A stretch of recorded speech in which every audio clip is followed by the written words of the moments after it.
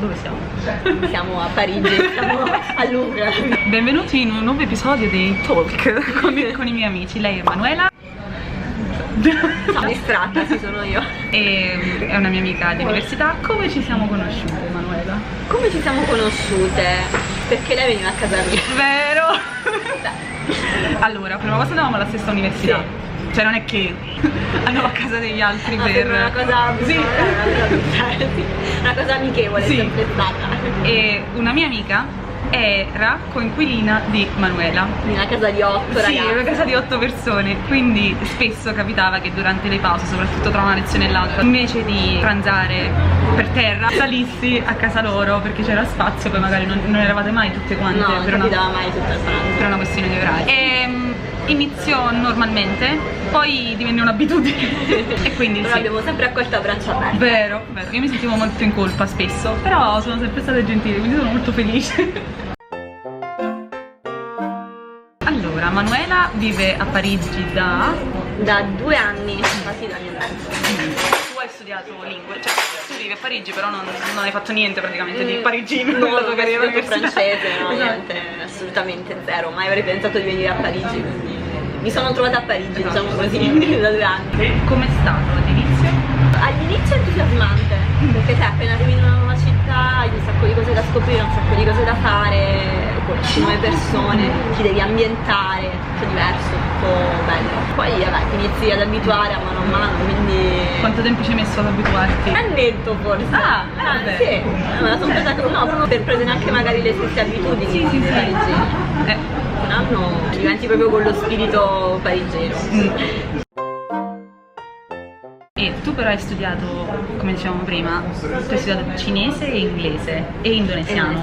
E sei stata anche in Indonesia? Sì, 6 mesi. 6 mesi in Indonesia. Già caldo. Caldo. Era caldo, c'era il mare, c'era il sole, la spiaggia, era molto caldo, molto bello. Mi sono divertita tanto. Non ti è capitato di rimpiangere di non aver fatto un'università diversa, considerato dove sei adesso? No, perché in quel momento ho fatto quello che mi piaceva. Cioè, io sono dell'idea che devi sempre fare quello che ti piace. Cioè, fare la cosa che ti piace non ti annoi. Perché gli studi sono indipendenti da dove andate nella vita. Senza troppo stress. Vero, quindi meglio fare qualcosa che ti piace. È tipo quando ero lì a imparare il cinese, le cose che magari erano scoccianti, tipo fare i caratteri, ripetere i caratteri vicino a volte, io lì mi rilassavo, mi divertivo, perché mi piaceva, quindi facevo tranquilla, senza pensieri. Io all'università ho studiato giapponese, inglese e coreano. Qui non ho mai pensato di voler necessariamente fare un lavoro che includesse il giapponese, però ovviamente se mi trovassi a usarlo tutti i giorni non potrei che essere felice, perché comunque è una lingua che so e posso che essere contenta di continuare a usarla. Quindi tu ora sai il francese molto bene, E per questo ormai è parigina, dopo un anno diventi parigina, il periodo di prova. 12 mesi capisci se vuoi restare o te ne vuoi andare. Cosa ti ha fatto restare a Parigi? A parte il lavoro? A parte il lavoro si sta bene, cioè è una città che offre tanto, hai musei, se vuoi uscire la sera puoi uscire, è bello, incontri sempre nuove persone, l'occasione di fare un sacco di esperienze di ogni tipo, quindi per il momento ne approfitto. Poi chi lo sa. Cos'è invece una cosa che non ti piace di Parigi? Che diventi triste pure tu quando abiti, te lo giuro, diventi triste quando abiti a Parigi. Cioè nel senso vai nella metro, no? Vedi tutti che stanno così e stai così pure tu per solidarietà, non lo so perché sì, sorridi, la gente ti guarda male, pensa che sei tipo matta, dice vabbè, triste anche io. Quindi no, a parte gli scherzi, però è vero, veramente sono un po' molto seri. Mi manca un po' questa gioia di vivere che magari è la solarità che abbiamo noi italiani, no? Che è un po' innata. Quindi diventi anche tu così dopo che abiti a Parigi. La cosa non mi piace, però per forza di cose ti adegui. Sì. Ho detto sorridi, ti guardano male. Sì, vabbè, ovviamente nel privato saranno diversi, perché io penso che questa sia una facciata tipo la modalità lavoro e modalità vita privata. Certo, è diverso quando poi magari ti ritrovi la sera, esci con gli amici, sei in giro, vai a bere qualcosa, assolutamente diverso. Quando sei stata a Bali, avresti mai immaginato di lasciarlo? Perché io mi ricordo che l'Indonesia non ti piaceva tantissimo e ti piaceva tantissimo Bali. Sono stata 6 mesi e ci tornerei subito. È bello, mi piaceva tutto, la cultura, l'ambiente, le persone. Completamente diverse. Le persone erano anche loro fantastiche. Sono felici, ti accolgono sempre. bello. Io ci volevo tornare poi in realtà, solo che poi sono finita a Parigi, i programmi sono cambiati. Per ora non ci sono ancora tornata, poi chi lo sa. Non lo so, non si può mai sapere, tra 10 anni, non ho idea di dove sarà. Vero, vero.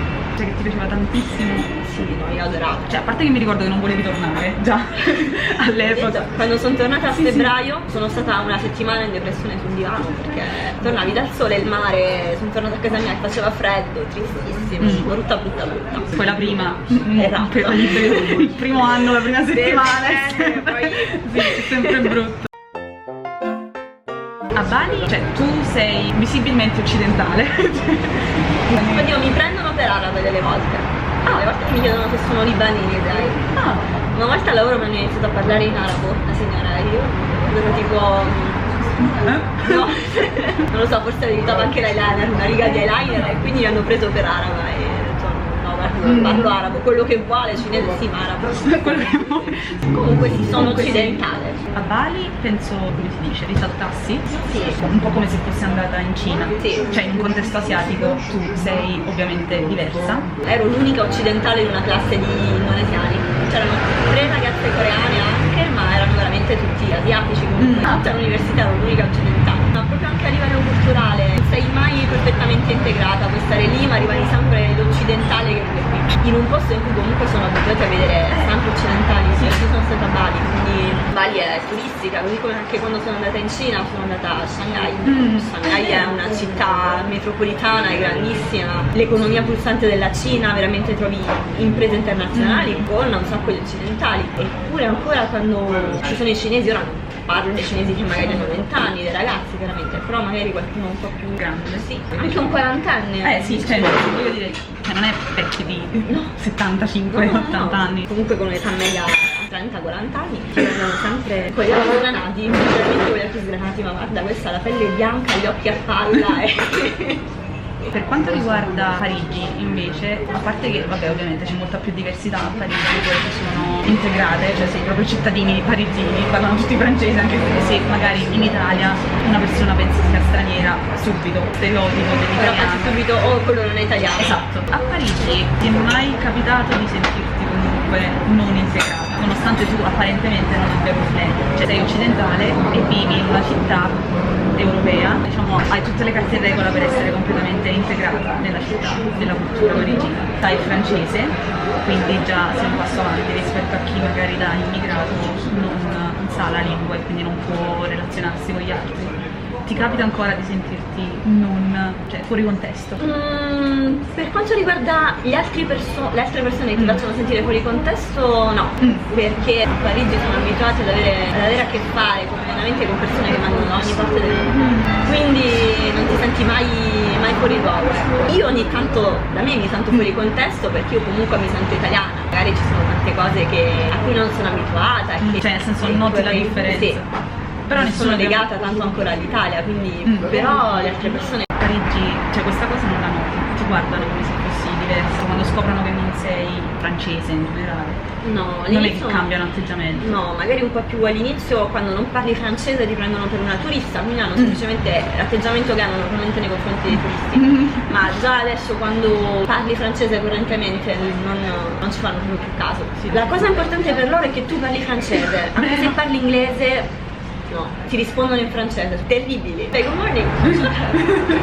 Vabbè, però posso dire, gli anglofoni danno per scontato che tutto il mondo parli inglese.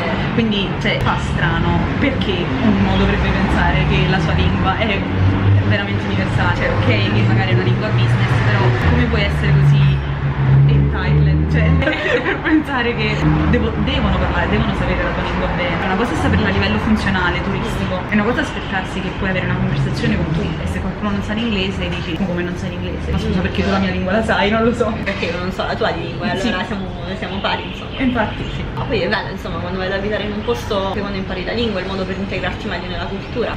Ah, a proposito di italiani all'estero, cioè no, a proposito, però c'è anche qua la tendenza tipo che gli italiani stanno con gli italiani, cioè le varie comunità tendono a stare con le varie comunità.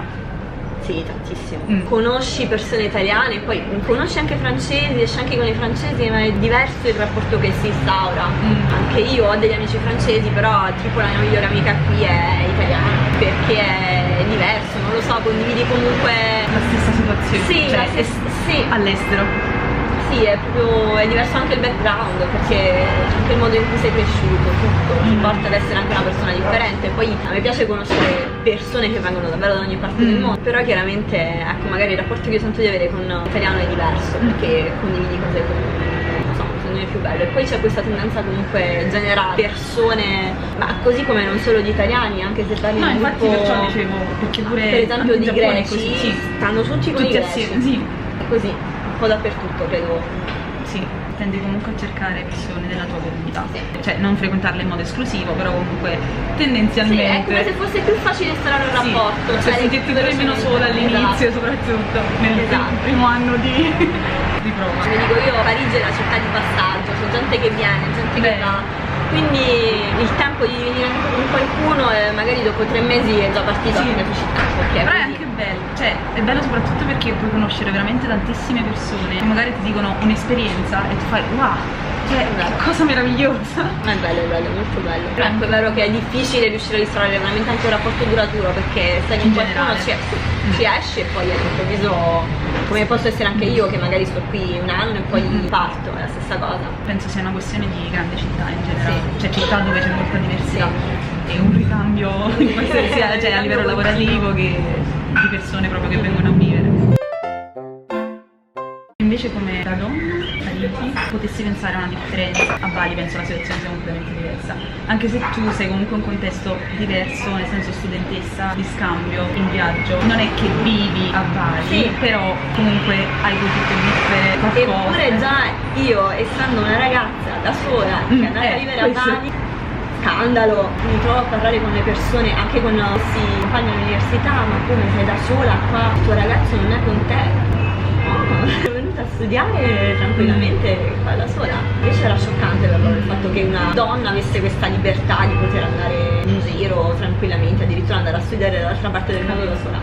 Ma secondo te pensano di non avere la libertà, non gli è permessa, oppure perché è pericoloso il mondo? Permessa, nel senso me, si bloccano o vengono bloccati? Cioè, vengono bloccati anche perché non avendo comunque la possibilità magari di uscire dal loro paese da sole, perché questa possibilità non viene consentita, continuano a pensare, come tipo un circolo vizioso, perché continuano a pensare che non puoi andare in un'altra parte del mondo da sola perché è pericoloso. Poi effettivamente io a Bali la sera non sarei mai uscita a mezzanotte da sola nella strada perché non mi sarei sentita sicura.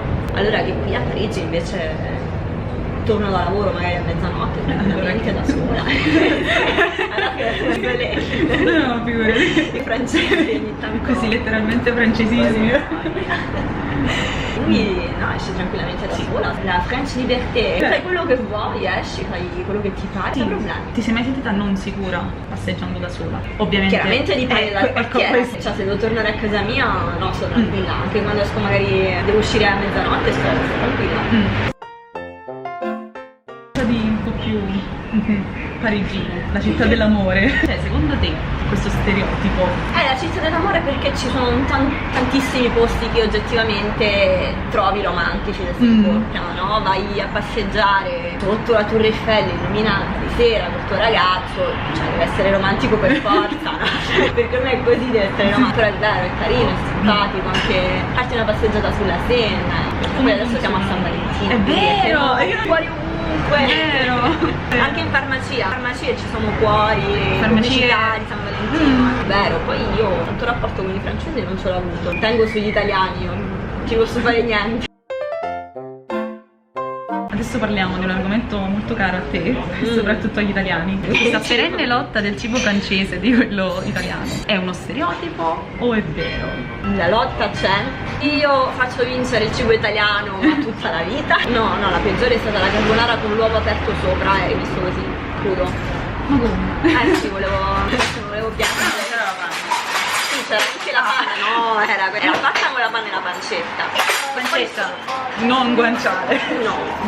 Ma cos'è il guanciale? Stiamo scherzando. Ecco, quello che manca un po' qua è l'idea di poter mangiare, non lo so, come a Napoli, prendi una pizza a portafoglio e ti sei fatto il pranzo. Cose salutari però per strada. Sì, cose salutari, anche perché se prendi un panino ragù rimane sempre ragù, buono pane. Già se non ci sono 3 quintali di burro non stai mangiando. Però sai, ho visto tanta gente che comprava il Carrefour, cioè i sandwich, i sandwich e molta gente che in realtà mangia frutta per strada. In Italia invece non si mangia frutta per strada. Cioè è una cosa che comunque per me vedere qualcuno che mangia una banana o una mela per strada, comunque penso che sia una persona che mangia qualcosa di salutare rispetto a un gelato. Poi non è che il gelato chissà cosa. Ma è vero, si mangia anche tanta frutta, però non lo so, proprio come principio, questa idea del fast food, però comunque salutare, non c'è.